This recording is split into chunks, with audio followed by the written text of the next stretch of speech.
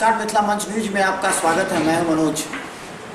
दरभंगा में छात्रों के कैरियर के लिए हर व्यक्ति तो तत्पर होता ही है, लेकिन सबसे ज़्यादा जिम्मेवारी होती है महाविद्यालय प्राचार्य की। महाविद्यालय प्राचार्य हर तकनीक, छोटी बड़ी बातों पर गंभीरता से ध्यान देता है ताकि उनके महाविद्यालय में पढ़ने वाला कोई भी छात्र या छात्राओं को किसी भी तरह की परेशानी से गुजरना न पड़े। और ख़ासकर हम जिनकी बात कर रहे हैं वो सर्वविदित है कि जिस महाविद्यालय में वो गए हैं उन्होंने उस महाविद्यालय की कायाकल्प भी कर दी है। जी हाँ, हम डॉक्टर मुश्ताक अहमद की बात कर रहे हैं जो अभी MLSM कॉलेज में प्राचार्य हैं, लेकिन इससे पहले वो मिलत कॉलेज में, उसके बाद मरवाड़ी कॉलेज में प्राचार्य रह चुके हैं और वहाँ की स्थिति को बेहतर और सबसे ज़्यादा अहमियत ये है कि अपने छात्रों की सबसे ज़्यादा समस्याओं के प्रति गंभीर रहें। तो सबसे पहले हम आपका स्वागत करते हैं कि आपने धन्यवाद। मिथिला मंच न्यूज़ के प्रति मैं आभार व्यक्त करता हूं कि आपने हमें ये अवसर दिया है। जहां तक जैसा कि आपने कहा कि ये तो मेरा कर्तव्य है, एक किसी भी संस्था के हेड होने के नाते प्रधानाचार्य की हैसियत से हमारी ये जिम्मेदारी है कि सरकार ने हमें पदस्थापित ही इसलिए किया है कि जन आकांक्षाओं यानी छात्र की आकांक्षाओं को मैं पूरा करूं। अब छात्र की दो समस्याएं होती है। एक तो ये है कि उसकी बेसिक नीड क्या है। बेसिक नीड उनकी है कि उनकी कक्षा समय पर चले, शिक्षक जाएं, और दूसरी जो उनकी आवश्यकता होती है कि एक्स्ट्रा करिकुलर एक्टिविटीज़ हो। तो MLSM महाविद्यालय में इन दोनों के प्रति पूरा परिवार गंभीर है और इसलिए हम लोगों ने MLSM कॉलेज में ये व्यवस्था की है कि जो ट्रेडिशनल कोर्स हैं हमारे परंपरागत जो तकनीकी BA, BCom, BSc, IE, ICOM चल रहा है, उसके अलावा आज का जो युग है भूगोलीकरण का, जिसमें कि ऐड प्रोग्राम होना चाहिए, उसके लिए ये सुन के आपको खुशी होगी कि पूरे मिथिला विश्वविद्यालय में ये पहला कॉलेज है जहां IIT मुंबई और मिथिला विश्वविद्यालय के बीच जो समझौता हुआ था उसके आधार पर यहाँ स्पोकन इंग्लिश और कंप्यूटर लर्निंग सेंटर हमने खोला है और वो पाठशाला है। उसमें एक साथ प्रथम माने 10-10 की टोली बनाई गई है। वो छात्र अपने लीजर घंटे में उसमें जाएंगे। उन्हें शुरू में कंप्यूटर फ्रेंड बनाया जाएगा, यानी कंप्यूटर वो अच्छी तरह से जान सके। वेबसाइट, जितने भी एजुकेशनल साइट हैं वही उस पर रखे गए हैं। उस पाठशाला का जो कंप्यूटर हमारा है उसमें दूसरे साइट नहीं खुलेंगे। जितने भी जो वैज्ञानिक क्षेत्र में काम करने वाले लोग हैं उनकी साइट खुलेगी, या फिर मिथिला विश्वविद्यालय का जो कोर्स ऑफ स्टडी है वो साइट खुलेगा, या फिर जो UGC प्रोग्राम चलाती है वो शूट करेगा वो छात्र के। और इसके लिए प्रेम मोहन मिश्रा जी उसके डायरेक्टर बनाए गए हैं। ये बहुत ही खुशी की और बात है कि इसी कॉलेज के पाशुतोष प्रतीक छात्र थे जो कि यहाँ से गोल्ड मेडल हुए BSc में भी और MSc में। उनको IIT मुंबई ने 5,000 रुपये पर एक इंटर्नशिप दिया है कि वो हमारे छात्रों की सहायता करेंगे। तो वो कल से प्रोग्राम इनका यहाँ शुरू हो गया है, वो रजिस्ट्रेशन चल रहा है। इसी प्रकार से जैसे कि शहर में कॉलेज होने की वजह से परीक्षा केंद्र होते हैं, अब उससे छात्रों की कक्षाएँ बाधित होती हैं। हमने ये परंपरा शुरू पहले भी किया था, यहाँ मैं आया हूँ।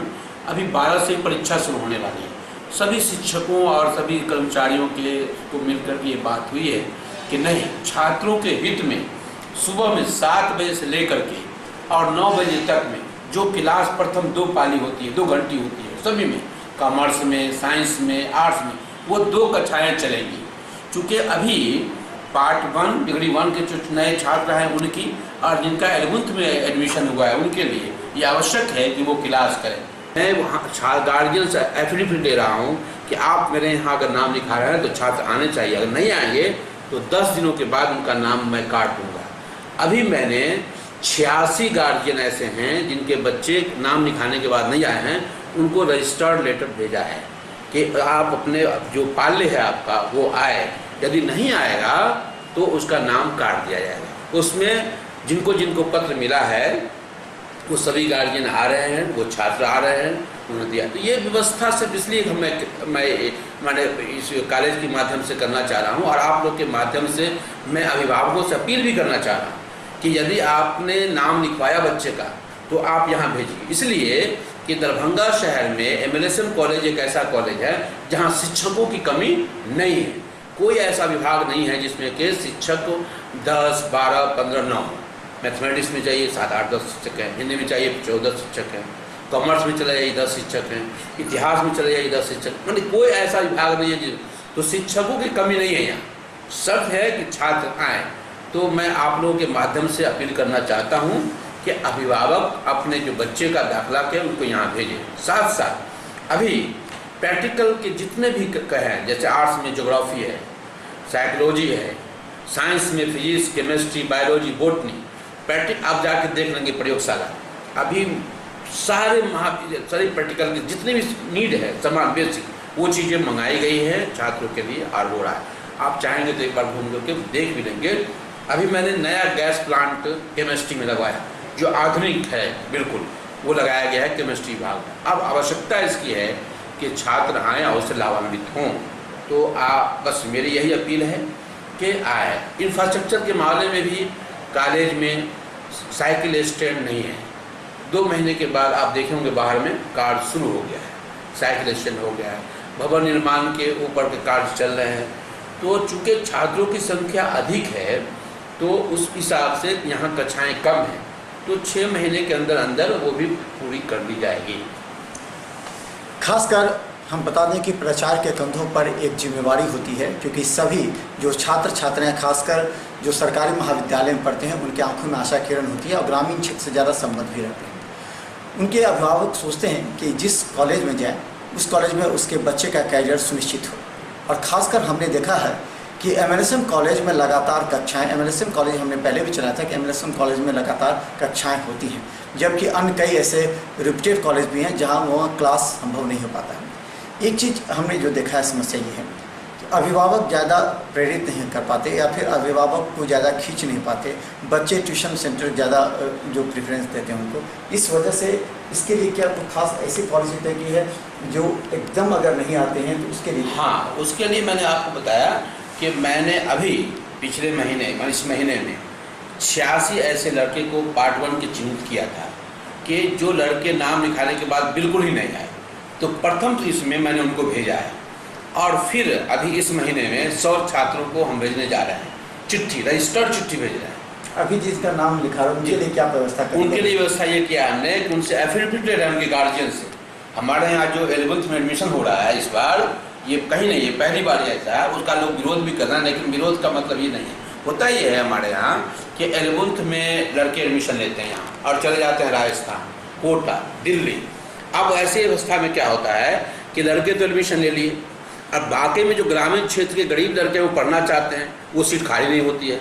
तो मैंने इस बार तमाम अभिभावकों से लिखित लिया है शपथ पत्र कि यदि आपके लड़के 10 दिन नहीं आएंगे तो 11वें दिन आपके उसके जो पालने हैं स्टूडेंट्स उसका हम नाम काट देंगे।